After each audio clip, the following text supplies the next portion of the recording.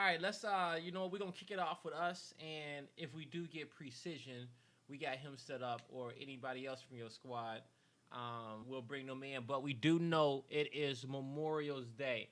Yo, guys, what's up, chat? It's the Hot Seat, episode 13, I believe. I keep forgetting we're 12 or 13. I'm always just one off.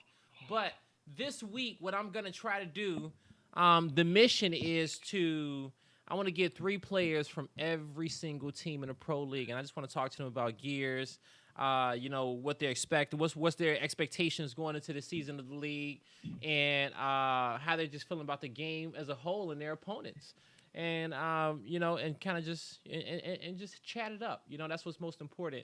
Having those conversations with these guys, so you guys at home can know just as much about them as we do.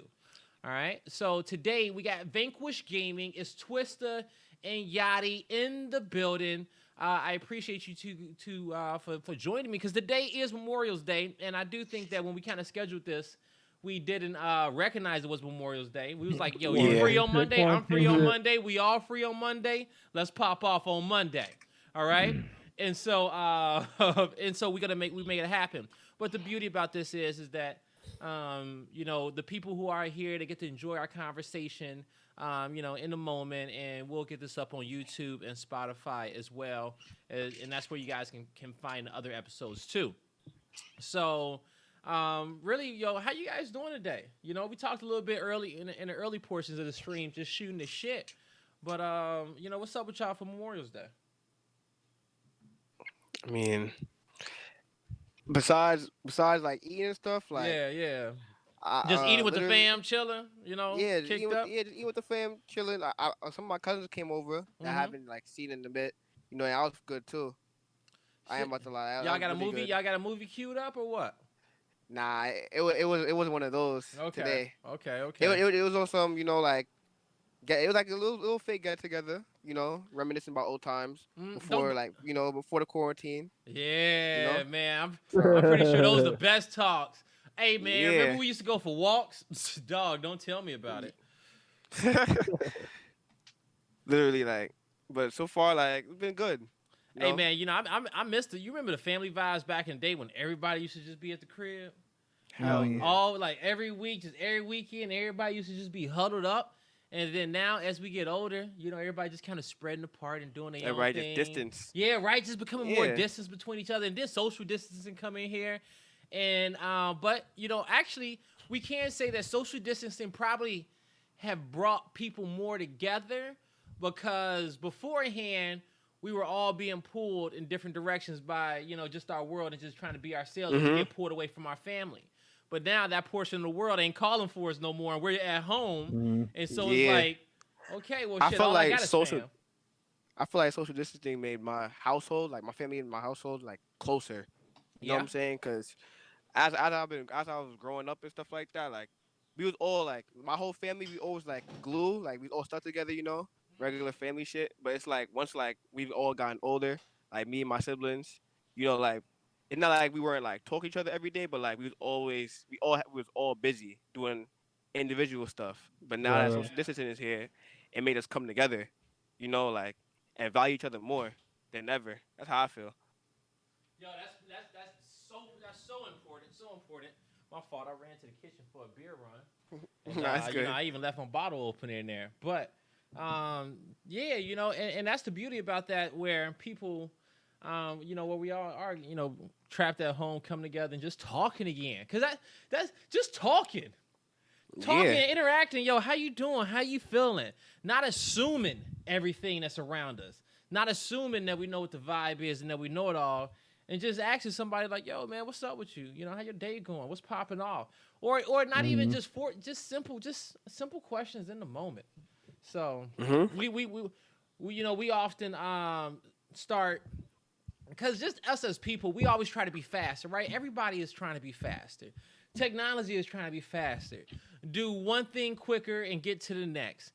And throughout that process, we skip a lot of important things, right? We skip some of the we take for granted some of the smaller steps that we felt like were maybe obsolete, or just simple, I can skip that portion. They know, or my relationship with them was already cool. You still gotta check back in sometimes. Yeah.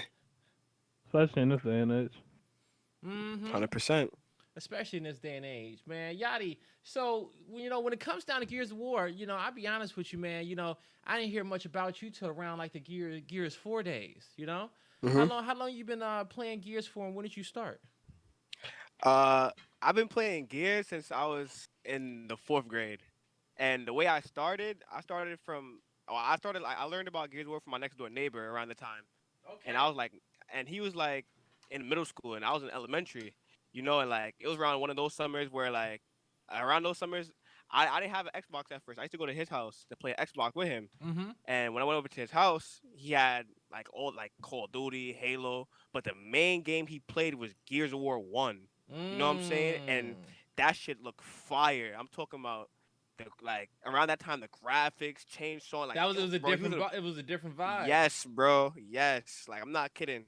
And like he was in Shoddy Lobby and stuff like that. He had a controller. I'm playing. I'm over here like I ain't about to lie. Like I was playing against the top dogs. Like around those times, like I'm a little kid. Like I'm a little pup to these guys. Like they over here like pistoling me in my head, popping my head. I'm like, what the hell going on? Like what is this? But that's how I learned about Gears. And when I got older, like after middle school, like when around like Gal 2 came out, I was playing like Underground for a bit. But like I ventured off into other games, but I slowly came back into Gears when I got a 1 and I was playing late UE. Cause like I played Gears of War 1 when I was a kid. Yep. So when I got an Xbox One getting UE, it felt like it was a different vibe, right? It was like the Gears of War 1 that you played as a child has just gotten upgraded and is waiting for you again. It's waiting for you to make a name for yourself. So it just got even more lit. So I'm like, wow, this is crazy. They really remastered it. UE was a fun time. Competing in UE was a really fun time for me, especially. I ain't about to lie. I still go back and like rewatch like old like broadcasts and stuff like that of UE, and I low key regret not like giving that a chance neither. I ain't about to lie. That game was. It looked lit. Yeah, throughout the early Hypefestation days. Mm-hmm. Well, no, we only had one UE hype actually. And the only UE hype that we had was Hype 4. That was it, because Hype 3 was Gears 3. That was the last one. You got 3. Yep. Yeah, and we was in Indiana for that one for Hype 3. And then I think we went from Hype 3 to maybe one more Winter Brawl or Summer Jam. And then from that point on, it was all about Gal UE. And then it led up to Hype 4. And then from Hype 4, that's when we finally got introduced to Jack Felling. And her and I think Pez too and all of those guys pulled up at the event, and they was like, "Yo, what's up here? This Gears Esports? What y'all talking about? Let's see the event." I remember the talent team was God, that was a throwback talent team too as well. But it's an all-star talent team if you think about it. It was Arctic, Golden Boy, myself, Barbosa, Cleaner Waldo, and Lucy May, and that was when Cleaner Waldo was kind of casting, and but that was a really fun event. I remember us all going to the casino that event. That was a tournament. yeah, y'all missed out. And then we went on the ESL towards the end of that year. Yeah, I did ESL too. Yep, and then so we went on the ESL, and that's when the Pro League happened, and then the Challenger Series every Sunday. That's what I enjoy playing. Just practicing, and every Sunday just playing that tournament and having to go up against Rushy, Strafey, the Kleins, and King Barco. All right, and their little God squad that they was playing. So those were always fucking fun times, man. Fun times. What about you, Twister? What did you start? Probably I have like a similar story to Yachty. Like I learned about Gears of War from my neighbors too. Like back on like the old street I used to live in, like my neighbors were all Haitian, so they were like big on like just being mad friendly. Like they used to invite us over to every cookout. That's when I first learned about champagne cola straight out the glass and like eating all the Jamaican food. And they had Gears of War 1 just like Gotti, and we used to play against each other on split screen. And I remember I just got addicted to like the sound of like the long shot, like headshotting you. Yo, tell me about it. It was like unmatched. Well, hold on, Twist. I can't let you go past that. You said champagne cola. What the fuck is champagne cola? You never had it? No. It's like soda. Yeah, it's soda. It's like I really don't know how to explain it. Like it's Does it just is it called like champagne cola. is it cola and champagne mixed? No, it's not like it has no similarities to Coca Cola at all. Like, Okay. Yeah, but it does not. it's just called champagne cola, and It's like a Caribbean thing. yeah, it's like a fruity soda, and it's like the best soda I ever had in my life. Okay. Oh no, you know what? I'm thinking in the Midwest we got Wildwood. Okay, I don't know if anybody know about Wildwood, but we got Wildwood. That's the cheap soda, but it's at every cookout in Wildwood. Grape, bruh. Man, they make it's champagne. They have it in a bunch of brands like Goya and stuff like that. But Yeah. it's it's amazing. But yeah, I got like addicted to just playing. We used to play split screen against each other, and that's when I didn't have like an Xbox myself. So when I finally got one, like I started playing Gears 1. I fell in love with the campaign, playing it with my siblings, and then like Gal 2, when I started playing multiplayer, I just literally like played the game nonstop. Yo, all my Haitians in the chat, because I know all the Islanders, and they all came in and was like, nah, Blaze, that's the Haitian soda, dog. You got to put some respect on it. I say that's what that is right there. Yeah, all of them said, let me start typing. Hunt, Fratitude, and all of them. Okay. So, yeah, man. So, all right. So, yeah, you the neighbors put y'all on game. You know, I hear that. Yep. For me, it was my boy at school. He showed me that gaming for me. It was Gears of War. And I said, all right, man, I guess I'll check this out. Got it at GameStop. And I was playing with my little clan, my little Perfect Dark Zero clan. We all transitioned over there, and we started shooting. And then Y'all made rotation over there. Yeah, right. Because it wasn't too many. It was like Call of Duty 2, Perfect Dark Zero. It was like it wasn't that much games around those days. It wasn't. The three main games I promise was like Call of Duty, Halo, because Halo was really big around that time, and Gears 1. Halo 3, I want to say Halo 3 dropped after Gears 1 as well. Yeah, it did. Like, it was around the same time. Like, it was like Call of Duty 4 and Halo, 3. Because the Halo 3 wave, man, that was a beautiful one. Because and that's true. Hop on the Halo 3 wave. Yeah, because you know what it is? We played Gears 1, that first season of 07 of Gears 1. We were there at the circuit. It was the last one of Halo 2. And for me, I thought it was super cool because I think it was Carbon who won the last event of the Halo 2 era. And seeing that was pretty and seeing that right there was pretty awesome. Shoot. Yeah, it wasn't back then I was playing Shadowrun. I wasn't playing Oh, Halo. yo, and then Shadowrun dropped. Shadowrun was beyond its time. Shadowrun was such a fun game. They killed themselves. They didn't release no advertisement, and they released the same time Halo did. And back then, that was a suicide. Yeah, literally. You having to go up against a big game, consumers not spending a lot of money on video games like that, right? I feel like back then, everybody just trying to survive. We got a little bit of money here and there, but, we ain't dropping, our parents ain't giving us mad money dropping video games. Yeah. So, yeah, people got Halo. And also, too, it's like, once you found the game that you liked back then, it wasn't game hopping. You grinded. Once you had that one game, like it's over. Like you're grinding. You're putting in so much hours into that game. It was like now we just rotate from.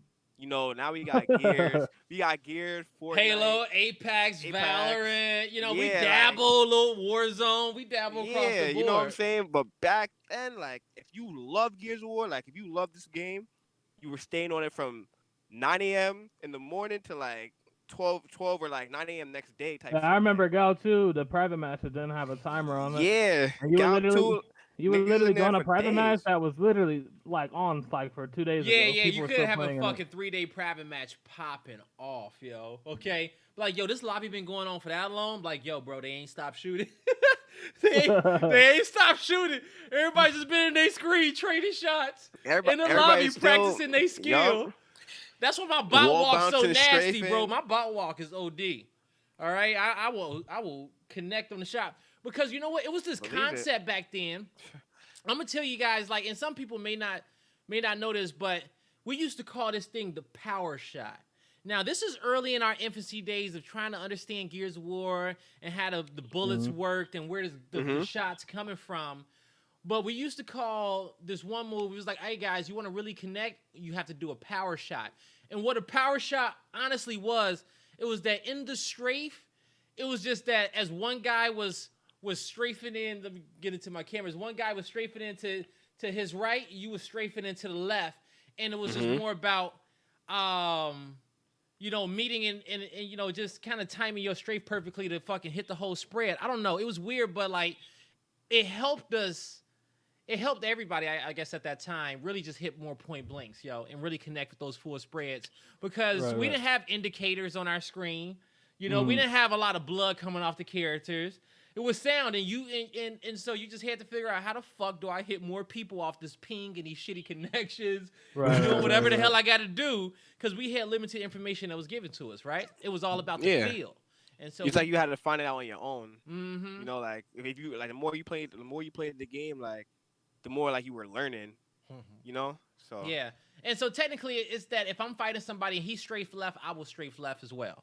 So technically, and we will come together in that point blank. The way that those bullets hit off that ping, I don't know. It's just fucking. It's always a brick. It's always a brick, but my strafe still is indicative of that. But anywho, so now we talked a lot about Memorial's Day and how we got into Gears and from that point on. But now you guys, Yachty, you guys got a new team, and I haven't got a chance to really kind of talk to you guys as a unit, post the online major. But you guys play so fucking good, like just watching y'all in those matches. I thought y'all was one round away from top 4, and I remember sitting at home and watching this district round. And I saw the final few seconds, and I said, yo, these motherfuckers got the drop. They got 2 pushing up lower hotel. They got 1 cover in the middle. They're about to corral on top of the home hill up top. They got it. What the fuck happened in that moment? Because I know I know at some point your entire team felt like you guys had it in the bag, and I think that was the downfall. Yeah. All right. So that last, that 4-4 against Garthis, it was Garthis. Shout out to them. Like they played amazing that weekend too. I ain't about to lie. They just wanted it more than us. But we had the drop. Like we got the drop on E. We had it, and then we all talking about it, and we pretty much said, yo, like we have to split up the map. Like 2 of us have to go we had to send 2 sets of 2 to 2 different ways.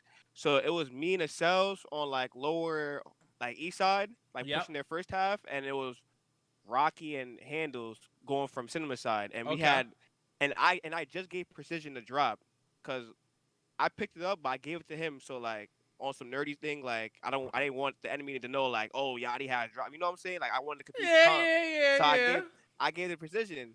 So he went through their juice or their blue or whatever, their mid side, and he got 2 kills with drop, and it's 8-second respawns when it's 4-4 for the bread 4-4. So he pretty much helped me and Raul start our push because he got the 2 kills. He got 1 in juice, and he got the other kill from the spawn side where me and ourselves were coming from. Okay, because I was coming lower hotel.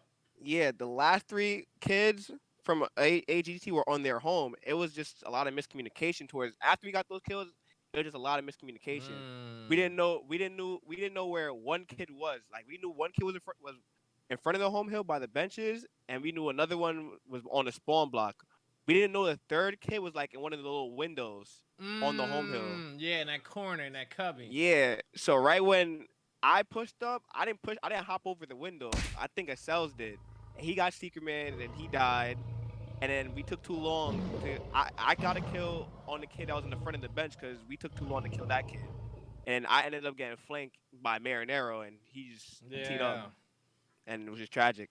It was a tragedy, bro. It really was a tragedy. But in the end, not even to for us all to even be just holding so much to that moment, because overall, outside of that last round, that mishap and something, and that's the thing is that's my gripe with Gears comp and esports now is that it's a lot of those chaotic fights. It's a lot of chaos throughout the round. And I said it today. I said that shit gives me a lot of anxiety. You don't know who's Secret Man and who watching who, and you have to play at a certain pace to get to point A to point B. I already know how from a viewership standpoint, I already know it's a lot of anxiety because the finals, the UIU and bro, those match, few rounds, it was just back and forth. Bro, who's gonna come out on top? Nail biting ass rounds. I'm yo, bro, what the hell? it was. I am like that whole weekend was just lit. It was great, man. We got some amazing matches that, we were outside of the very first match we kicked the stream off, which was Hive and Agarthus. Even though that was exciting, outside the lag outs, the lag outs probably even added more attention to it a little bit. Yeah. But every other one where we didn't have any lag outs, and the both Rise matches against Quarantine and UIU were dope. Your match against Agarthus was dope. Parallax versus UIU was sick. UIU Quarantine Finals was sick. And what else? The only one I didn't like was the Winners Finals. That was it. I didn't like the Winners Finals just because I felt like Rise just kind of shit the bed. Quarantine Rise? Maps. Yeah. Yeah. Yeah, that was it. Rise low-key had it. They did, but like they did it real good. But like, this is the real issues that I want people to try to figure out the answers to, because your team cannot be on fire on the Winners Bracket Finals, win map 1, and you've had this flawless weekend, right? But all of a sudden, the wheels come off. For some reason, players' thought process change and shots start being missed, and opportunities start being lost, and the vibes start coming down. It's almost as if like the entire team, they respect that they play well, but it's like, we know we can't really win, or we know that they still got a chance. It's something that happens for one team to just start crumbling and act like they don't know how to play the game anymore, or forget what started working for them. Yeah. Yeah, and so regardless of what that is, I've seen it happen multiple tournaments throughout my lifetime of teams just they're doing great, and all of a sudden it's just like, boop, where's my controller? What am I doing? Okay. So, but now Yachty, so that's your tournament, right? So that's how you guys ended. Like I said, you guys played well, top 8 finish. Now the tournament's over, roster mania is popping off, and as we know that Rocky's off the team. What led to the roster change? And you guys scrimmed with a few people. Talk to me about the roster change. You guys scrimmed with a few people, and how did y'all get to Twisted? All right, so with the whole Rocky roster change, I just want to put that out there. Like, Rocky played good that major. Like, we didn't let him go off of his performance during the major. Like, he played good. Every match that we played, if it wasn't for like him and a lot of other people on this team, like, we wouldn't have gotten as far as we did without him. You know what I'm saying? So that's one thing I really would say about Rocky. I don't want anybody like trying to think like, oh, we dropped him just because of what happened. Like, that's not the case. We mainly dropped him over like internal issues with the team. Like, he wasn't him and like a couple of players on the team weren't like coexisting, and it showed him. It to be honest, it showed him the most in practice. Like, yeah, like we did good, like the event, but like what I tell a lot of people that ask me like about the event, I tell them like on Friday, because a lot of people don't know, because we didn't really have that much stream time on Friday. I think we only had one, and that was just against Parallax, and they shitted on us bad. Like, that Friday, like, we played like shit, and that's what a lot of people don't know. Like, we played UIU, we lost to them like 5-3, 5-3. It was close games though on UIU. Yeah. I remember that. Yeah, it was close, but it's like, we lost, and we hold ourselves accountable for that, because we choked up some rounds, and we had to learn from that. We played Parallax, and like they 10-1'd us. Like, it was bad, like really, really bad, and we knew like for a fact like that's not us playing, And one thing that I was preaching, and we all did too, after every, like, since we're at home already, after each day that we played, we watched VOD to learn from our mistakes. That's one thing that I don't know if other teams were doing that, but like we definitely did that. Like, as soon as the day was over and like the Gears War stream ended, we all watched VOD. Yeah. In a party chat. And like, that's a beautiful that's one of the best things that about the online major. From a LAN major is that outside of the days being over, you go into hotel rooms and you're going to go kick it with your teammates, relax, eat. Like, you guys can still scrim at night and still go over footage in the easiest way possible, right? Like we literally took advantage. Like, we took advantage of the online major a lot, just because on LAN you really can't do that unless you bring your equipment with you. But now that we're really at home, we're all in our setups. Like, it's easy. Like we could literally pull up the VOD right now. Mm-hmm. You know, like we could watch. So how we you messed did up that and, post Friday going into Saturday. Yeah, literally, and it's crazy because on Saturday we played Parallax again, and we 2-0'd them. Mm-hmm. And mind you, we watched VOD on how we lost to them. It was on the main stream, and we watched like how they were playing, and we literally noted. We took notes, and fixed and literally told each other like we gotta fix how we played on certain maps, Yep. and just to make simple adjustments. Went to the next match on Saturday in winners bracket, and we won. Now, just because of that. Now, pause. Up until this point, well, right before this point, you guys were going over VOD before the tournament started too, right? Yeah. Okay. Yeah. Okay. We had our own VOD. We had our own VOD from when we practiced in scrims against certain teams. But like one thing that I told my teammates too, because some of them haven't really played like at like big tournaments. Like it was their first ever like big 200K tournament, you know. So I told them like, yo, bro, like this is like even though like we did good in the pro, like we came from dead last in the pro league and made it like 5th. Yeah. Like, even though we did that and like we're doing good in practice and stuff like that, like this is definitely tournament time. You know what I'm saying? Yeah, Like it's time to tee up. Certain players like they can stink it up all like the whole quarter, but once this 200K tournament is on the comes and it's on the line, like they just pop off and show up. I done seen it numerous times on LAN. You know, like people just actually show up and start playing real different from what we normally see. So it's that pressure.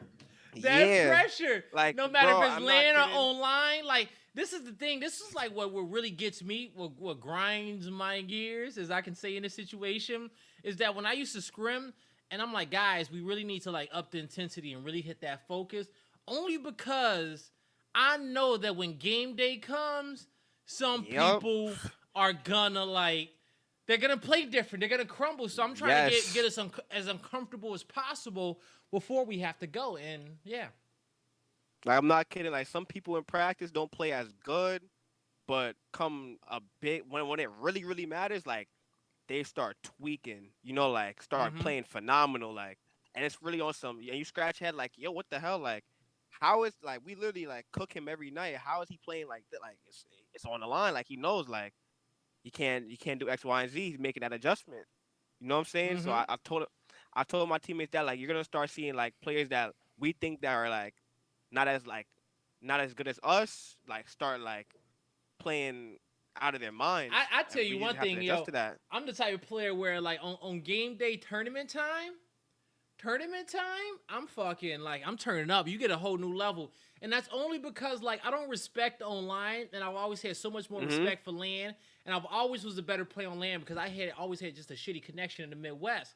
So even as gears transition online, if it's not like if it ain't money on the line, you getting like 70% of my full power, maybe 60. But as soon as it's a check there, it's game time, bro. The call outs, the shots. Yup. And I hate that, but I will say that I hate that. Because I want to be able to tap into that whenever I want to, but and I will say this, that I've made it a lot easier because I started taking offense to little shit. Like if if I was fighting a 1v1 and I felt like homie like egoed me in that 1v1, I know how to turn up. Like, yo, this motherfucker just disrespected me in this little 1v1. I'm about to fuck their whole team up. You have to find your own system to be able to get to that point is what I'm trying to say, rather than just when it's tournament time. And that's different for everybody. And that's, Yep. Nah, but going back to the whole Rocky thing, like I said, like Rocky played good. He played really good. Like he wasn't nervous. Like he played like the way we played in the pro league and even before that. Like he played good. It's that the reason why we had to let him go is because, like, when it came to practice too, like, we you could joke in practice, you know, like, but you gotta work hard too, like, work hard, play hard, you know what I'm saying? And it's like, when practice time came, like, he would troll a little bit. Some of us would be tight, some of us wouldn't, but he would just bump heads with a lot of people on the team, and we weren't really like, some of my teammates weren't really feeling it, and they said we need somebody to like. You know, it low-key costed us in certain ways. You need a twister. Yeah, like you need a man about his business, as you see him with his suit and tie on in the picture that I got up here. Pretty much we weren't as disciplined, and we just decided to just let him go, and we tried out like players like Shock and Aversa, and we tried out Twister. Like Shock didn't do bad with us neither. Shock is really good. Aversa didn't do bad with us either. He was really good. It's that we like we felt more comfortable with Mikey. You know what I'm saying? Yeah. Twister's what we like needed. We like even though Shock and Aversa like they are good slayers. Like they're really good slayers. But what teams need to kind of understand nowadays is that it's not all about the skill, right? It's not all about the shot. It's not all about how the shot. And team sometimes the pressure situations do matter. Like how many high pressure tournaments have you been in? That's super important as well. But sometimes, hey, if you got a guy who have a great personality and who's a great teammate and can shoot, he might beat out anyone else with experience. Like why not? Why not? And on top of that, not a lot of people like when we picked up Twister, a lot of people like question it just because like they didn't know like who he was, like how he played, like like they never seen him like in action. But like us, like some of us on the team has like we know like he's good. We know that he's a teammate. He's really good at the video game. He just never had that chance. Like everybody else. Like he never like got to show people like like he could play with the best of them. Yep. But we honestly feel like he could, and he's been showing it. All right, to us at least. That's all that matters. So now that's a great segue to pull this back over to the homie Twister, as you have now entered the Gears of War Pro League, and I get to cast you guys a Vanquish. And I saw the schedule already, and I'm excited for some of you guys' matches that you guys are gonna be having. You guys got some premier matches on the weeks, and it's gonna be a very competitive quarter, you guys. Hey, I'm fucking excited because the rosters that we got now, everybody can turn up and compete. Now, Twister, how how do you feel being a part of this Vanquish squad, and how do you feel being able to play in a pro league? Because were you competing up until this point? Yeah, I was competing. Were you in the Challenger Series playing? We didn't qualify for the major. We ended up getting beated out in the major, but I never played in the Challenger Series. Because your mic kind of cut out. You say you guys didn't qualify, but you guys competed. Yeah, we didn't qualify for the major, but we played in every tournament that was on, except for I don't think we played in the Challenger Series. But I've been playing until then, and it's just like the pro league and all this stuff like that. It don't feel like nothing new to me. Like because I'm blessed to have the opportunity. Yeah, I'm blessed to have the opportunity, but like players like Yachty, players like Handles, like I played with them when they were just like the regular AMs too. Like so it's like they're not unfamiliar to me. Like I know them, So this doesn't feel like nothing new. It doesn't feel like I'm getting a big shot. Like the pro league is just regular to me. Yeah, you just ready to shoot, huh? I just enjoy Gears of War. I love him. But it's like the big thing about like I guess getting on this Vanquish team. It's like a lot of people are just mad about it. But then again, like Gears of War is just like that crab in the barrel mentality. And most of the people like not even to like put names on the stream, but like I turned down a lot of offers in Gears of War. Like I could have been playing on a pro league team already, but like my biggest fault in Gears of War, I'm just way too loyal.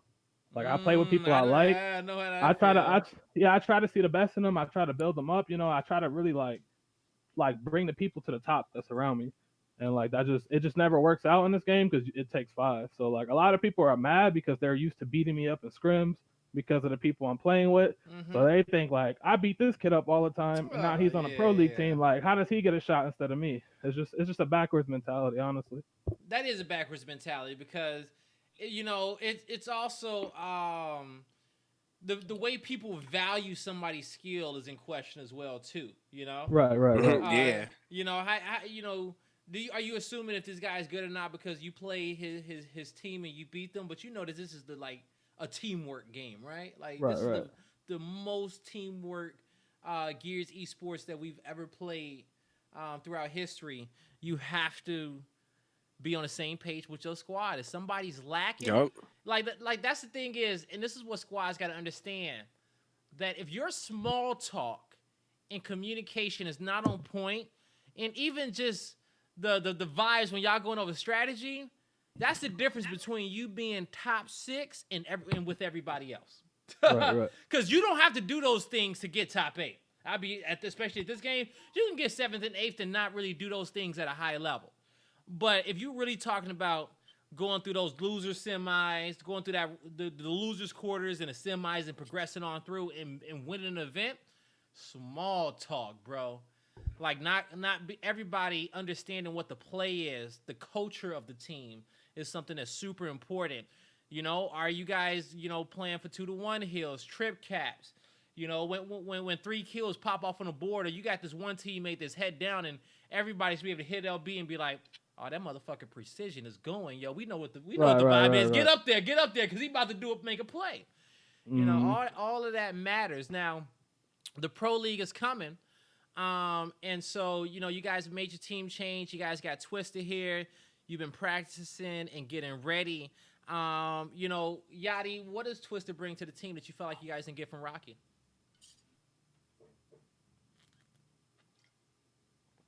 Yachty.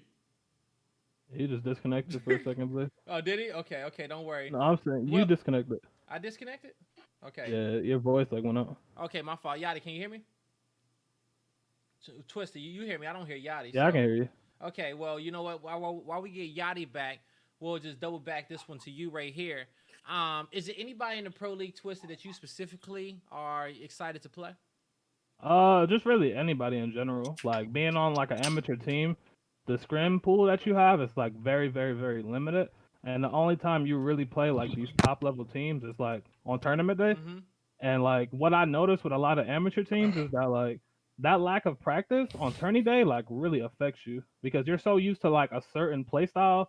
You're so used to like the other 5 people playing so slow or like running different initials and stuff like that. And then you play the pros who are like running head up. Everybody's running the same initials, 2-3 here, 3-3 here, like whatever the case may be, just not random stuff.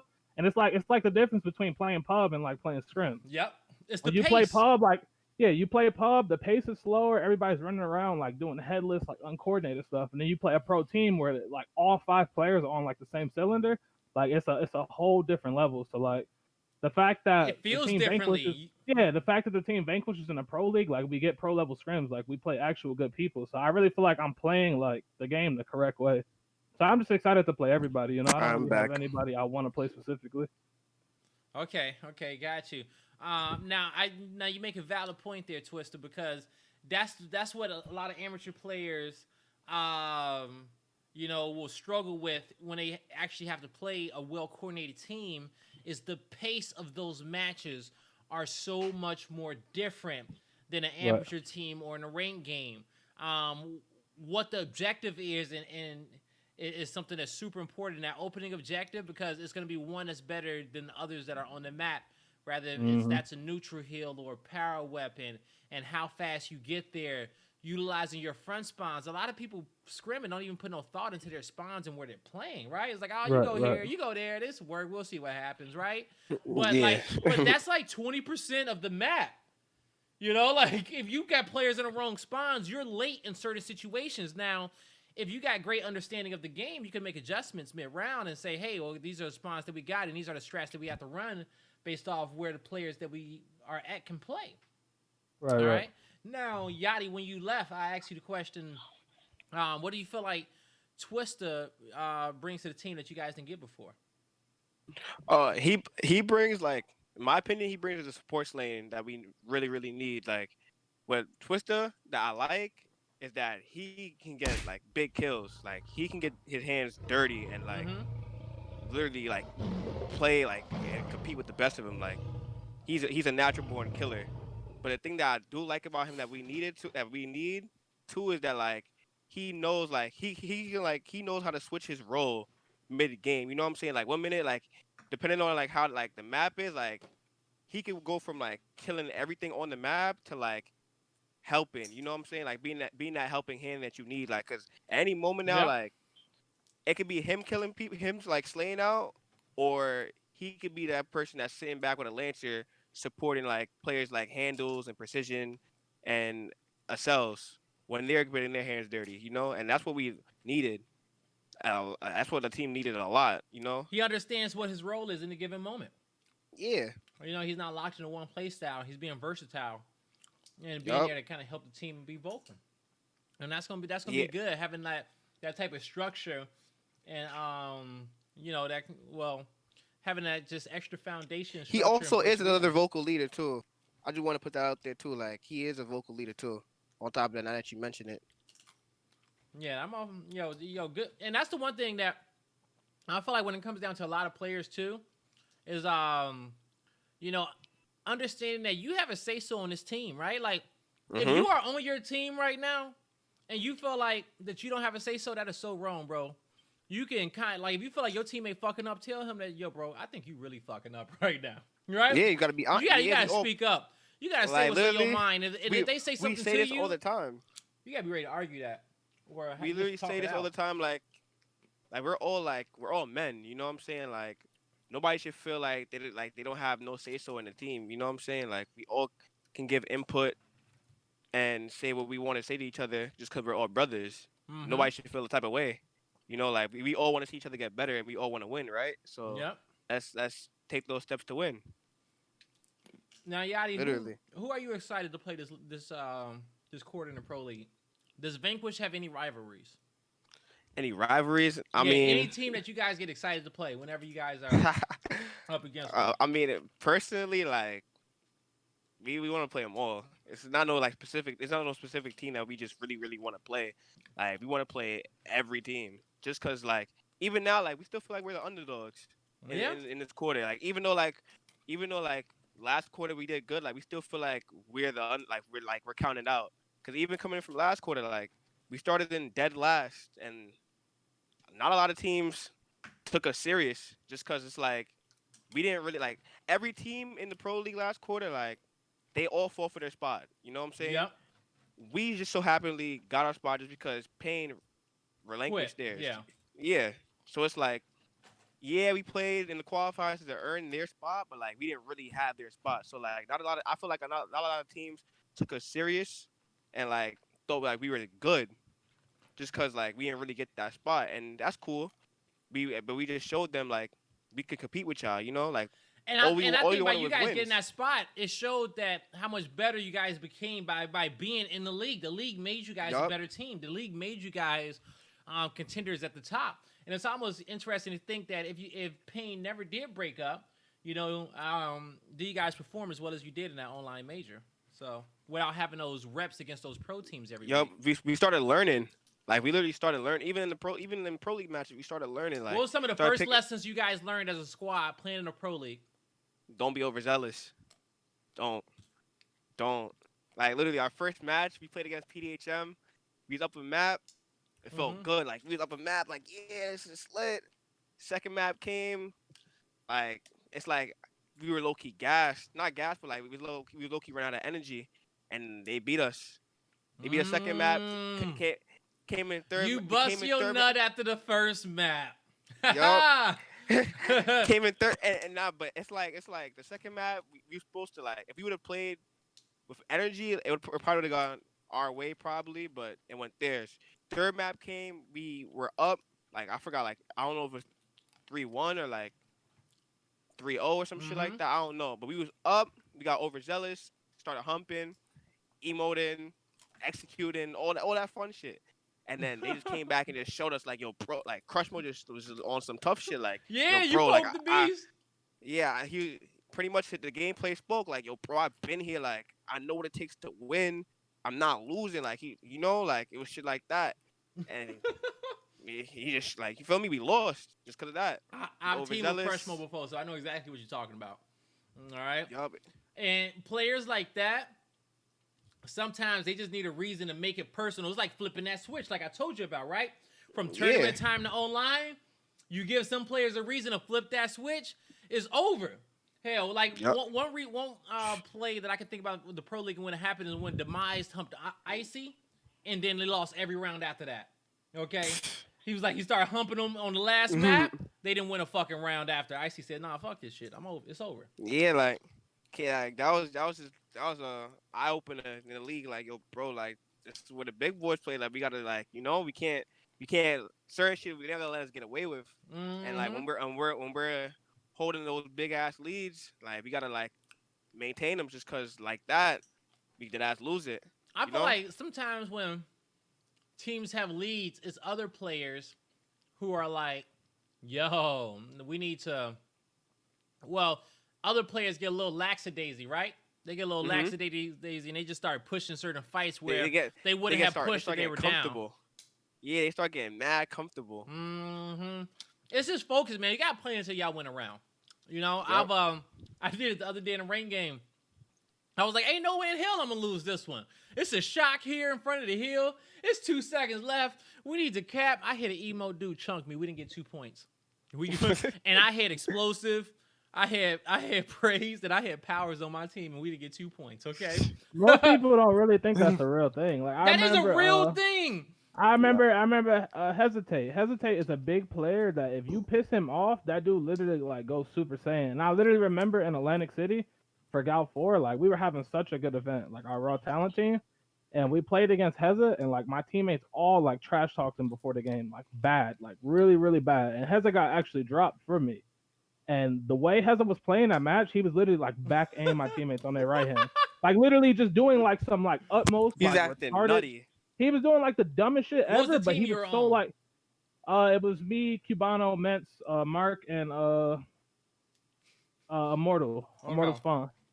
And it was Hazard the PJJ squad. And like literally the shit he was doing, like it didn't make sense, but like he was just so convinced that he was gonna beat us that it worked out for him. And I feel like if we kept that match friendly and we didn't like trash talk Hazard, like that game goes completely different. I'm gonna tell it to y'all like this. Like that is such a real thing of what he's talking about, and y'all gotta be careful on who y'all talk shit to. For me, I had certain teams where I'm like, I don't give a fuck who on your squad. If that guy is on your team, all y'all getting back aid off y'all right hand, okay? And I ain't losing to nobody. And that confidence held true because anytime I played a team with a certain player on it, I smacked them because I'm like, I don't give a fuck who y'all are, how cool y'all with. I ain't losing to him. I ain't losing to that dude right there. No, sir. And you take your gameplay to another level. All right. So now, so after we went through kind of like roster mania and everything, and we saw the team changes that happen, you take your team, you put them to the side. Let's look at the other 7 teams in the league. Who do you guys think made some good roster changes or some bad ones? I think Rise's roster change was good. Like, I mean, they didn't do bad. Like, even though the major, like, they didn't do bad. Like, even though I mean, they played really good in the major. We're gonna put that out there, but they just came up short. You know what I'm saying? Mm-hmm. Their roster change, it could be like, I'm not gonna say it's gonna be. It's Is a it a good quarantine roster change or a Rise it's roster like change? I'll say quarantine. But I mean, I don't know because they ain't play bad in either. It's so hard. It's 50-50. Like I feel like that whole roster change is 50-50 just because both teams didn't do bad that weekend. Like Yeah. I ain't about to lie. Like Shock, Detox, and Drix played incredibly They did good. great. They played good. Brian Solers played amazing that weekend too, and Morty did his thing. Like I don't know how to really like. It's really 50-50. I ain't about to lie. But now, but it's a level of matches too that are being played, right? And a lot of people, they set the scale at how do we perform against UIU. Yep. Right. That's where they kind of set their skill at, right? How do we perform against the boys, or even if it's not UIU, right? How did we perform in the finals? Winners, losers, or grand? How did we do in those 3 matches too, which is super important. And if you could even make it there. And so I think I agree that Solars played great. I think that Detox and Shock played great. I'm still kind of a little bit heartbroken inside that they're not in the pro league. Because I think that's wild that they're not there. And they've been like premier players, throughout all the quarters. But that's just kind of how that cookie crumbled. And even go back to 4. They've been really good.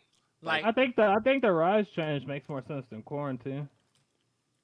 I just feel like with the Rise squad, like the amount of talent they have, the fact that they aren't winning everything is like mind-boggling. Yeah, because I feel like they have way too many chances to like perform, and it's just like on Sundays when Sundays come around, like Sundays they burn out. Yeah, that's a fact, Mikey. Like literally Friday, Saturday, Rise. Like I'm not even one of those people that be like, oh, Rise is just an online team. Like I know all of those players; they're all so good. Like Friday, Saturday, the way they play is like ridiculous. They're literally like 10-0 teams. Cracked. and then Sunday comes, and then they're getting 10-0. Like it doesn't make sense. That So I team feel got like a that shadow team. over them. They had a Yeah, I shadow. feel like that team makes sense. I don't really agree with quarantine, like, but I mean, it is Well, what what it you is. don't agree about quarantine?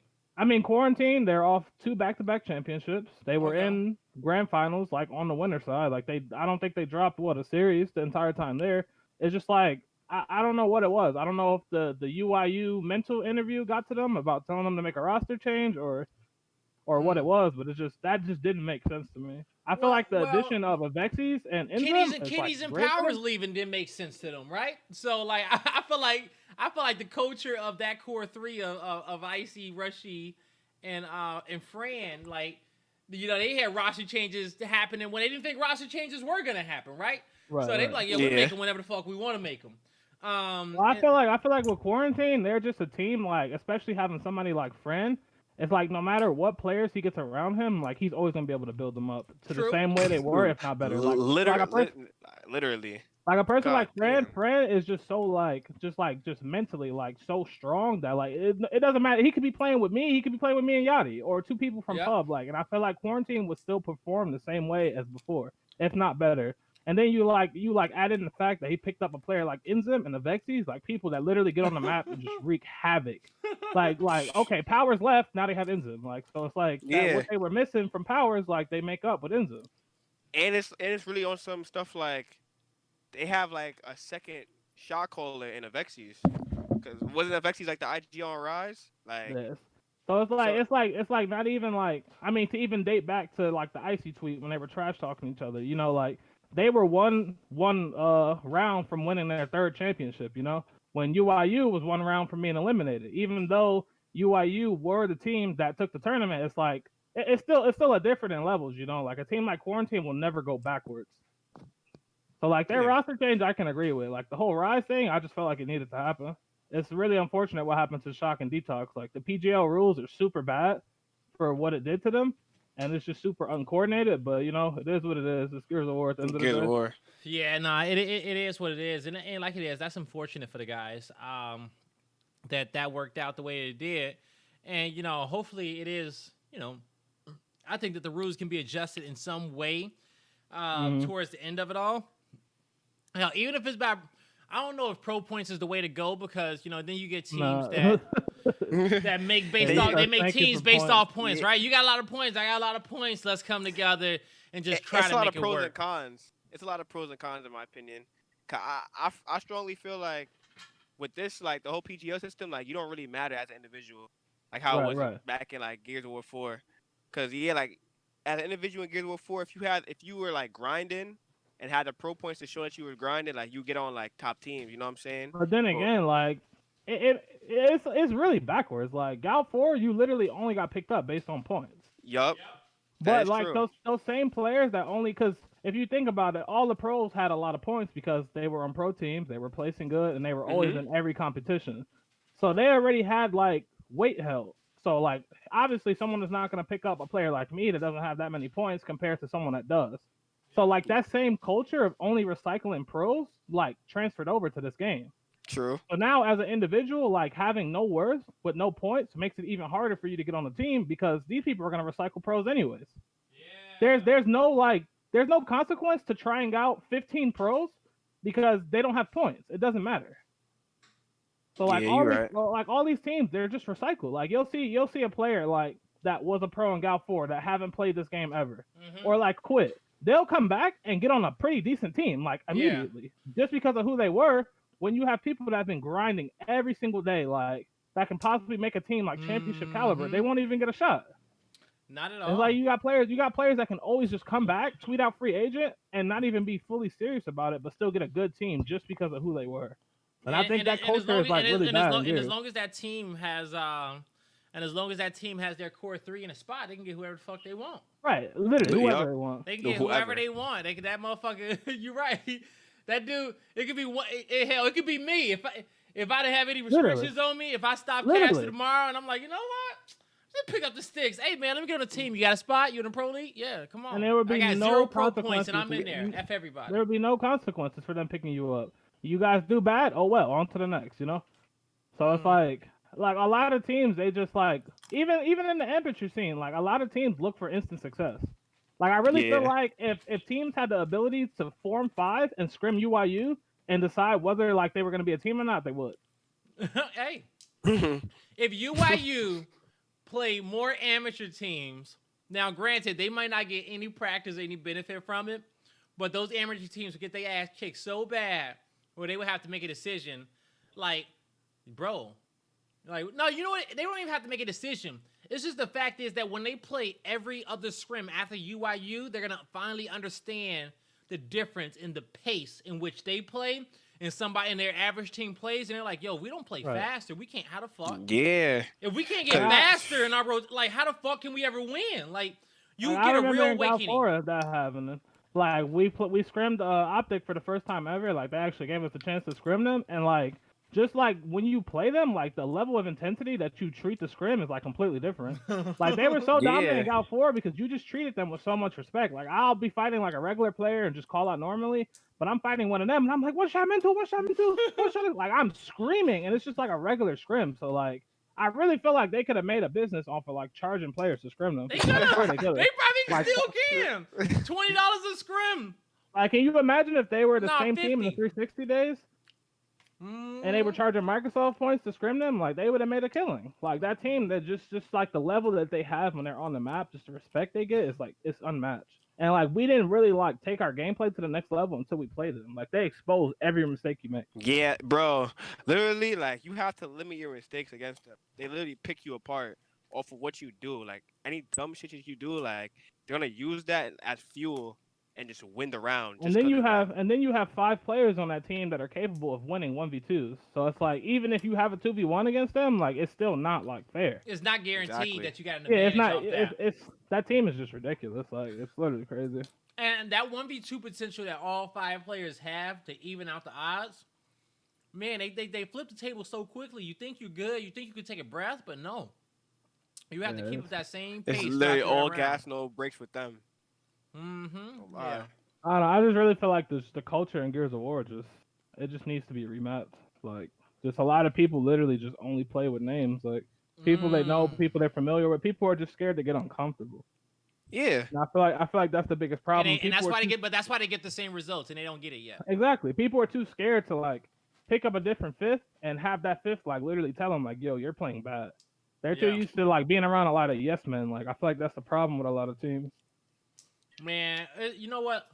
I always said that it's at least one player on some of these amateur teams or semi-pro teams that you can get rid of that's not contributing to the squad out of 5, where you can pick up an OG or somebody that has the brains and understands like how to win gears on a round-by-round, push-by-push basis.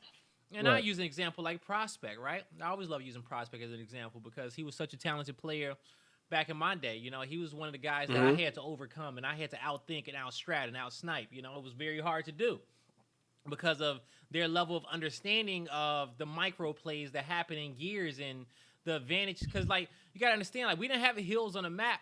So when we were playing high-level games, what was our objective? And it was ways on how to just find a kill, bro. I know 1,000 different ways on how to get one kill. You know, on how to just... You had to. It's XE. Yeah, faking pushes, isolating, just trying to get people to move so you can get one kill. And once you got your numbers, like, that was the thing. Like, it was wisely. We talk, like, people talk shit about you if you had a man advantage and you could never win off your advantage. That was textbook Gears. We have an advantage. We got one guy than them. How do we win this round? And how do we do it in the fastest way possible? And so I feel like a lot of those same skills are needed in escalation. Boom. We just got first blood. We have a 5v4 for 12 seconds. What's the next play? Now we got 8 seconds. I ain't heard the play. What's the next play? And that's the thing is you can't really say the play. You got to get IGL. You know, but everybody on the team needs to know that, oh shit, Rocky got a kill at the home hill. That guy's playing by himself. It's a 4v4 fight here. So he's about to hop on there. He should have a free cap. Well, you know what? Let me just bring the fight to the hill down low and fight here on top of it. And force the cap. Trip cap domination. Next thing you know, everybody's scrambling on what the fuck they need to do. But the play was everybody understood what the play is without somebody saying it. So, and I think that's what I'm trying to say there. That all 5 players have to have that understanding and know that that's your practice, right? On individually, if you had to say, man, how do I get better this week? Understanding win conditions without my teammate having to tell me. That's right. Yeah, and then individual skill and how you can give better call outs with less words. And then one of the most important lessons I think people need to learn is how do you die and not clog up the fucking comms with your bitching. Oh, man. Oh my God, this kid's so hurt. Like all of that, right? You know, you just hear it's like a wounded animal after he lost his 1v1. That's what goes on a lot in the that's all AMC I hear. As well, I'm not even just the MC. Like even some pros do it too. But it's also stuff like when you die, like just call the % and just say where he's going. Like just say it. Just be a teammate. Like if you die, like 98 rotated to spawn. Yeah. He's 98. He's 98 up top. 98 up top. And that's crazy too. That's something like I'm literally like able to see firsthand because like I haven't played. I literally went from a full amateur team to literally having like a spot in the pro league. Like, like I was sitting there talking with my team about like just me being like in awe. Like that tournament Sunday to qualify, like I don't have to play in it. So it's like the tendencies that so many amateurs play. It's like a breath of fresh air. Like having like a team like this that just the only thing that I can like say I would have to like tell his team is like you have players like Precision. Precision is so good that he feels like he can do whatever he wants. He can win any fight, right? And that is not a problem at all. That is not a problem at all. Like it's literally not a problem. But that's you're gonna need that skill at some point. Yeah, that's his biggest weakness. So when you say like a player like that, that's the biggest weakness he has. Like you're doing good, you know. Like a player that feels like he can fight the world and win. It's just like the AM scene, like you just they have so many like you're literally teaching like fundamentals. Like I literally when I tweeted my free agent tweet, I said I'm not teaching basic Gears of War fundamentals anymore. Like I'm not teaching people how to hold hands, how to play in team fights, how to read damage, you know, like and it's not even no disrespect neither. It's facts. It's like in the AM scene, like literally, I can literally say the only 2 AM players I play with that had pro tendencies and should be on a pro team is Atomic and Azuris. Atomic and Azuris, literally the only 2 players that literally like play the game the correct way. They watch VOD every night, like they want to be better, you know. But it's just a simple Gears of War stuff where people look at them like they haven't played pro. Like why would I pick this guy up? Why would I give this guy a shot? You know? But they got the work ethic. They got the work ethic, and I can tell you because I've had conversations with both those guys, and they want to do what it takes to win. They want to play, but you know those are the guys where you surround them with some good teammates, dude. Some people who want to work as hard as them. They'll show you. They'll show you. They'll show you what's up. Some players only as good as the teammates that he's around because of his play style, right? Because it's a play style out there like that where you have a selfless player. And he's filling lanes, he's supporting, he understands the win condition, he's forcing fights and moments that he knows that it's the only chance that we really have of winning, right? And so doing all this dirty work, now not necessarily, you know, being a main slayer for the team, that player, you will only see his worth based on the teammates that's around him. And that's like literally like beautifully put and what people don't understand. That's why I think too what's funny, like why people think I'm like bad at the game. Because if my team is getting slaughtered, I'm gonna be joining the slaughter too. You know? You can't avoid. You can't. It's like for example, if we get 5-0 and the entire team has 3 kills and I have 1, I'm like, what does their 3 kills matter to my 1? Like we're all getting beat badly. So it's like they even double back to what I was saying. Like a player like Atomic, he plays good based on his scenarios. If the team is doing good, if everybody is structured and proper, he's the best player ever.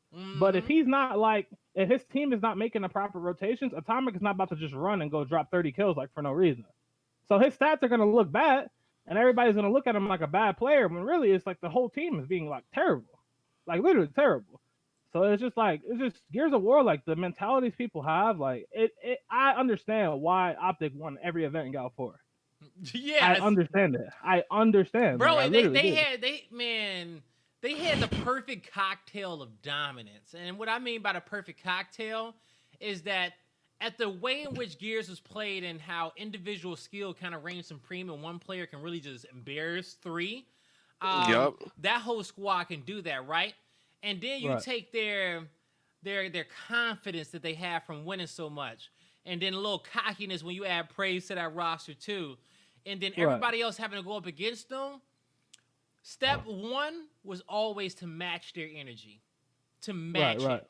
And nobody can even get that close to the top of the mountain to even fucking look eye to eye with those boys. Even then, like when you match the energy, you have to make sure you didn't overstep it and disrespect them. Yeah, because like, then they show you that they got another level. Right, look at that one famous clip when Firearm team was playing them on Diner. They were up. Firearm said, "You never beat me. You never beat me." Gil said, "Put your bank account that you win this game." When Gilbert says that, you know you're getting a whole new team. Another level. So it's like it's just crazy. It's literally crazy. Like that team is just so fascinating in the esports world. But you know and you're right. They are so fascinating. But they could be so much more fucking iconic than what they are. Yeah. They could be so much more fucking iconic than what they are, right? Like they're so talented. They're multi-talented gamers. They have this swagger about them, and they could be the fucking Beatles of Gears. But it comes down to their interactions with the people that love them. And that is terrible. Their interactions with the people that support them and not feeling like you're entitled to what you got. Now, granted, you earned it, right? Now, this is the thing is that when they work hard and they earned it, they can act however they want, right? And they can do whatever they want because you ain't beating us. This is how we want to be, and this is how we going to be. And you got to sit back and say, hey, do you, because I can't fuck with you, right? You the kings, you the kings. But you got to ask yourself, how you want to reign, how you want to rule, how you want to wear the crown. That's something that's super important because you know you can be a team that runs the whole esports and that nurtures the amateurs or you know talks to all their fans and just the interactions and even when they're streaming and how they interact with people there, and then from all that dominance, everybody loves the winner. Their fan bases, that bank account, everything just grows. People want to follow them. People want to be like them, right? And then this is and then the beauty about that effect is that the team that beats them, the underdog team, that team that's like, you know what? Yeah, they the kings, but fuck them. It's a group of people who want to look for that team to support them. And now we got some rivalry, right? Then it's a group of people who don't like winners, right? Who don't like people that's cocky. And they're like, man, I can't wait till somebody fucking beats these dudes. And then you get a team of fucking teenagers with attitude and swagger who like, yeah, they winning. But you know what? We about to beat them. And then that team gets a fan base. And the next thing you know, we got something beautiful going on. I know I went off on a rant there, but in overall, all I'm just trying to say is that, you know, I would have just appreciate them even now while they're back at the top. Use this moment to you know just use this power in a great way, right? Don't piss it off because they ain't gonna have it for a while. Like look at the transition in which they had. They were at the top. Then these last two events, they've been riding the fucking bottom. Okay, they've been getting top 8, riding the bottom. All right, and so now you back up here. You know what did you feel like you missed out on when you was down there, and just change it up while you back at the top. That's all I'm saying, you know? And if they don't, they don't. They can do whatever they want when you win, right? Winners do what winners want to do. It's as simple as that. We can't say much about it. But yeah. It's really all like a give a shit factor, honestly. Yeah. And it's just like I guess since that team is so young, when you have somebody the age of Gilbert with the way his bank account looks, like you think money is forever, you know? Like if he's making it now, they probably think they're gonna be making that in 10 years. Like I hope not. And I can't. And I don't think they really... did. And you know what? I would say that they probably thought like that at one point when it was all so new, right? And all you worry about is playing video games and winning money, and you're an optic game, and everything's all great. But I do think that you know that squad has matured, and these last few months have been, last 9-10 months have been a great lesson for these guys, and they've learned a lot. And I'm just curious to see what they do now again, you know? What lessons have they learned and how do they switch it up? Yep. What's the next step? Yep, exactly. Yeah, man, we talked about a lot here. We talked about a lot here on our podcast. Yo, chat, y'all got any questions for Vanquish while I got the boys here? Anything y'all want to know about this team? You know, we talked to them about, you know, their roster changes early on in the show and, you know, them leaving from Rocky and picking up Twista. how they kind of got into Gears of War. We had a little Memorial's Day conversation. We talked about the preparation kind of coming into this event. We talked about what would make teams so dominant, so great, and the scene in which some players get the shitty end of the stick when it comes down to how hard they practice and getting pro league spots and what's earned and what's not. So we went over a lot of topics today and chatted it up.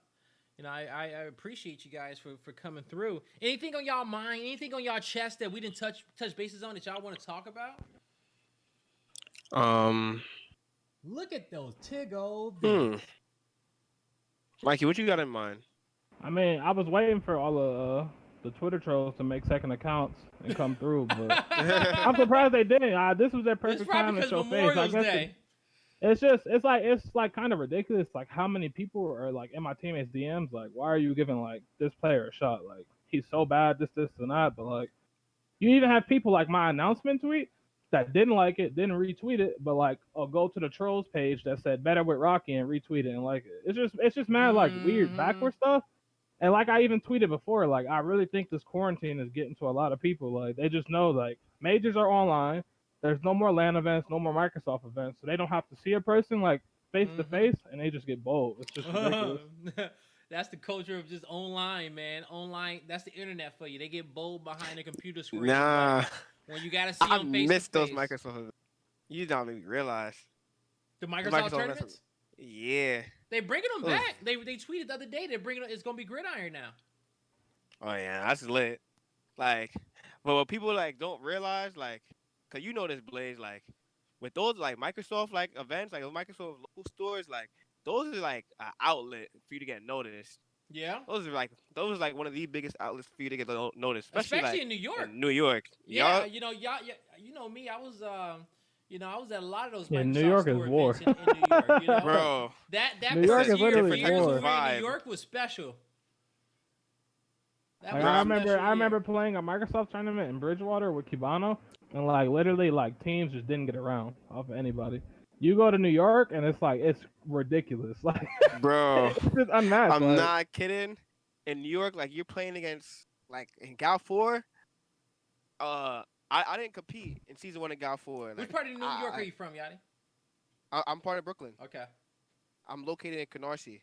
Okay. But in like all Gal 4, I didn't compete. I was a GB kid. Like I just like Gears of War and stuff like that. But like I had like a group of friends, you know, Handles, Scavsy, Vessi, and like C-Rex, and we were just, you know, GB kids just playing the game, just grinding. We didn't compete or do anything. You know, we didn't play 2K tournaments like that. I mean, we played like 3 of them most, but like we wasn't really like in the scene like that. Like during the all season, like after Vegas in season 1, we decided to like we try to like compete. Like we thought about it, like we wanted to see if we wanted to give it a try, whatever. Yeah. So we were just like, hey, we all in New York, right? Let's like link up in Fifth Ave Microsoft store and like compete on LAN. See if we like got what it takes to like actually like do this 5v5 escalation shit. We was like, I bet. We went to the local and we see guys like Praise, Soto, Joe, Fatal Strike, Firearm, and all of those guys. Firearm, yeah, don't like, you know, like we see like people that play this game at a high level at our local, like, you know, for me, at our local area pretty much. We play them, and I can't lie, at first, like, it's bad, you know, like, it showed, like, it's levels, you know? But, like, when you play guys like that, like, time and time again, like, it starts to, like, rub off of you, like, what you gotta do, you know, like, you start learning, and, like, with us, like, we started, like, learning on how we have to, like, beat it, like, you know? Yeah. And on top of that, too, like, you get, like, guys like that, like, start building a respect level for you, like, oh, yo, bro, this guy got heart, like, he literally comes here, like, and gives it his all, like, he's not bad or whatever, like, you know what I'm saying? Yeah. Like, they start looking at you like, yo, bro, this kid's actually really good, and he can compete. He just needs the right people around him. You know what I'm saying? Yeah. Like, that's what, like, people don't realize, like, those locals are, like, your low-key, your time to shine, especially if you got people like that pulling up to you, like, your area playing, you know, like, that's how that's the culture of Gears that I love, right? And that's kind of how a lot of people got hooked on the game and hooked on the esports. It was those local tournaments that they showed up to, and Rather if it was the E Bashes out in Indiana or the NJ Halos out there on the East Coast. Mm-hmm.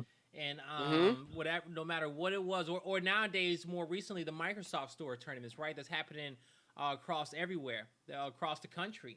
We have a lot of dope competitors in Boston, New York, Chicago, San Antonio.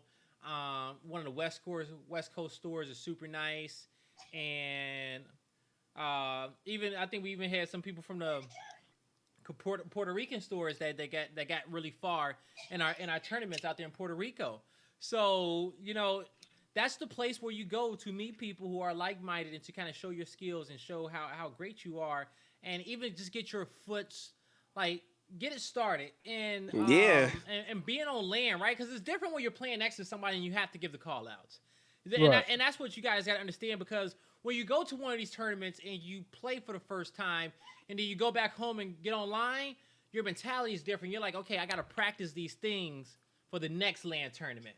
You have a Yup. list of things that you got to work on that you want to be better at for the next time that you get there, and your gameplay slowly starts improving. But unless And on top of yeah, that, you see like how the game is on land compared to online. Like it's a huge night and difference. day, night and Like day. you literally see like what really works and like what doesn't. You know what I'm saying? Mm-hmm. Cause and like when we did that, when we went to like the little locals, like we were like going like when we were warming up, we were going for shit that we normally do online that worked like 100%. And like it was not. I'm not gonna say it was not working, but like it was dead ass a difference. Like you'd have to like think wisely. You know what I'm saying? Like it was one of those. It's pretty much your initials have to be coordinated. Your Right. Yeah. initials have to have a step 1, 2, 3, meaning that we know what happens when we get the first kill. We know what happens if our front spawn dies. We know where to isolate 2v1 fights just in case to kind of balance out the odds. It's a outside, once the initial breaks, you see how smart your teammates are around you and who knows, okay, what's the best play I can make for me to keep my teammates alive and kill these guys, and then and making those plays and coming out on top. All Yep. right. So, good stuff, good stuff, good stuff. Hell, I appreciate you guys coming through. Cat had a question. He says, "What character do you attach to? Like when you play as this character, it just gives you a certain flow or swagger." Oh, so I guess he's just saying that your in-game characters, anybody specifically that you guys like to play that you like, this is my guy. Like for me, it was I think Dom. right, right. I'm Yeah. saying in this game, I really don't have it. I feel like the characters in this game are very lackluster, and like even double it back to the Carmine pack, like you can only use one. So it's like we just bought a pack of characters we can't even use in a competitive setting. So in this game, I wouldn't say I had one, but in other games, I always liked using bigger characters. I was never a person that could use like female characters or skinny characters. Mm-hmm. So like I really feel like the character I'm playing, like it makes me play better. Like I the way couldn't I use take skinny walls and characters stuff like either. I that. left those to my Yeah, slayers. Wow, that's crazy. I could use skinny character in this game. I like skinny characters more than I did in Gal 4. In Gal 4, like I like Dom. I was heavy on the classic or Commando Dom, but in this one, like I fuck with Mac and that Grace character. yeah. I've been using a lot of Mac and Keegan. Yeah, like I like skinny characters just cause like the way that they like the way I don't know like me personally the way that they like when you wall bounce like move with them and it just looks cool and like it just feels right. You know what I'm saying? Yeah. Like that's But how that's how I feel. I always been a person like that. Like I'm real big on cosmetics. Like if my character is like looking fly, like it just makes me play better. Yup. Nah, Skins I'm with you too. on that one. Like having that specific skin comp that you guys love, and going out there with, and I feel like it gives me a boost in my gameplay when I go out there to events. So I wanted to show you Yeah. guys. I actually had a model in my Discord of the character models of the characters in game, and so bigger characters may give you more of an advantage. All right, it could be said that way.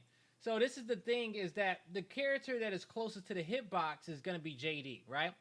Basic Mhm. JD, that's your normal hitbox.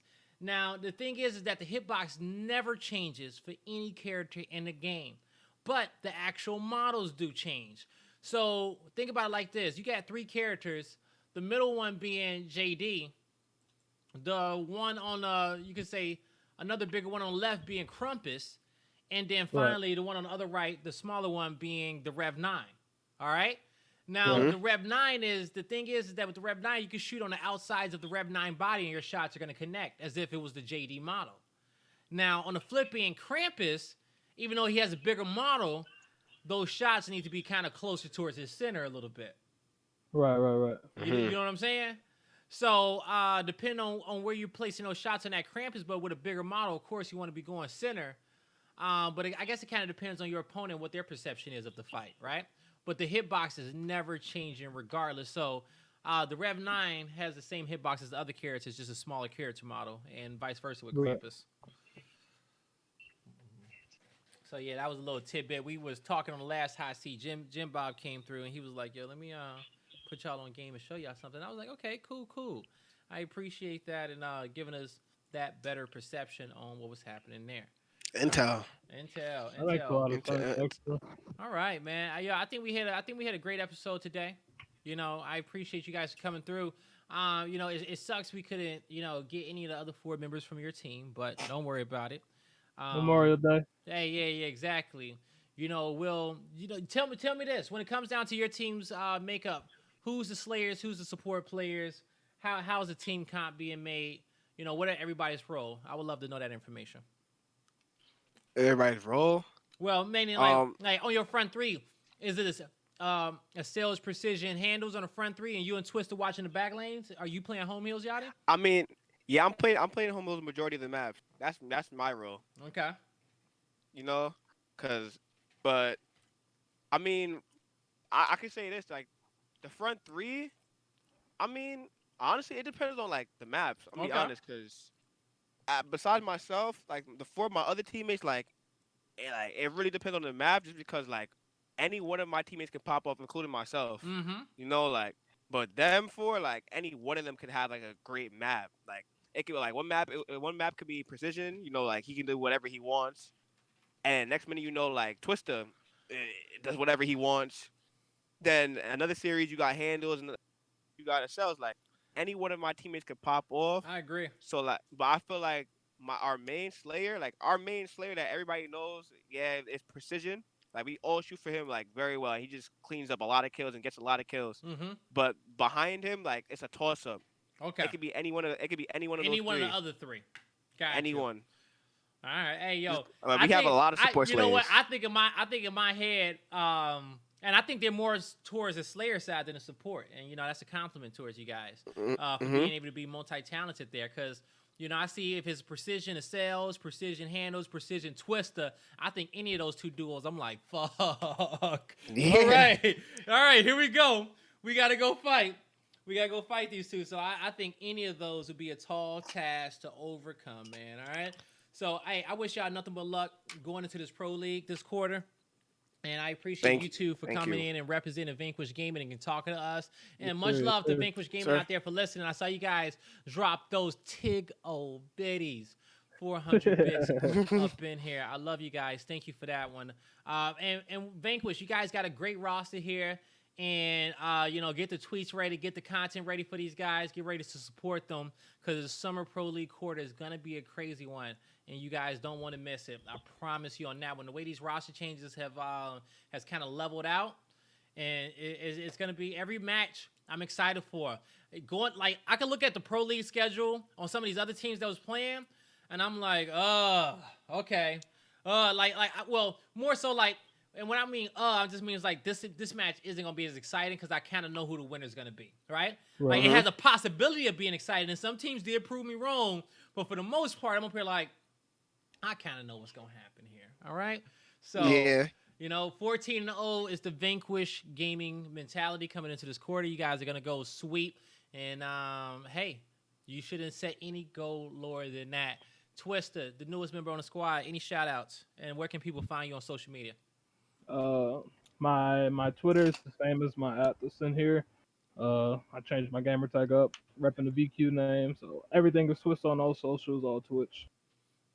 All right, Yachty. I have my ad is what you see on the screen at Yachty NY. You can follow me on Twitch too. It's the same thing, Yachty NY. Shout out VQ. They're like literally the best. always supporting us. Everybody that's in VQ that's involved with them, literally the best. I love it. Shout out to the squad. Shout out everybody that supports us night in, night out. You guys are the best. All right, yo. Hey, I appreciate you guys for tuning into the Hot Seat. You guys can find me at twitch.tv/Blaze, Instagram.com/GuyBlaze, and Twitter.com/GuyBlazeLive, as you see on the screen. Another awesome episode of the Hot Seat, and the next one coming up, I have DMs out there to all the remaining pro teams asking, what their schedules are. I'll be flexible to get any 3 members of those guys on the show at any given time. So everybody has a DM. I'm just waiting for them to respond to me.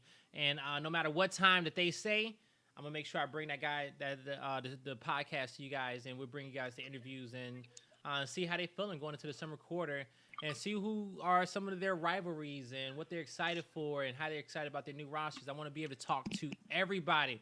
So be on the lookout for that one. I'll make sure I tweet you guys when the next episode is going to be. And also, as we're going to do with the rest of the episodes, I'm going to be chopping up all those important tidbits, and I got a bunch of 5-minute and 10-minute clips I'm about to bring to you, and I'm about to get those for you guys, all right? So make sure you follow the YouTube, Guy Blaze. That's where I'll be posting them at, and I'll be posting them on the Twitter. So without further ado, you guys go have a happy Memorial's Day, and I'll see you next time. Yes, sir. Yes, sir. Yes, sir.